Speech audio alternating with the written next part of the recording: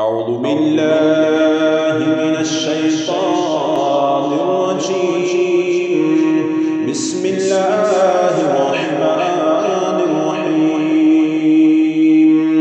فليس له اليوم هاهنا حميم ولا طعام إلا من غسلين لا يأكله إلا الخاطئون. فلا أقسم بما تبصرون وما لا تبصرون إنه لقول رسول كريم وما هو بقول شاعر قليلا ما تؤمنون ولا بقول كاهن قليلا ما تذكرون. تنزيل من رب العالمين.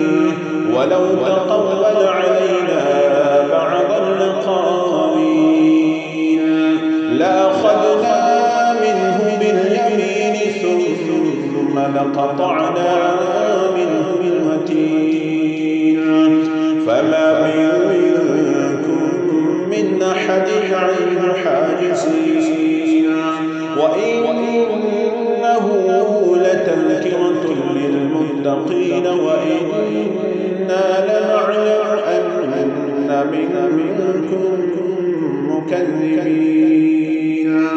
وإنه لحسرة على الكافرين وإنه لحق اليقين. فسبح باسم ربك العظيم.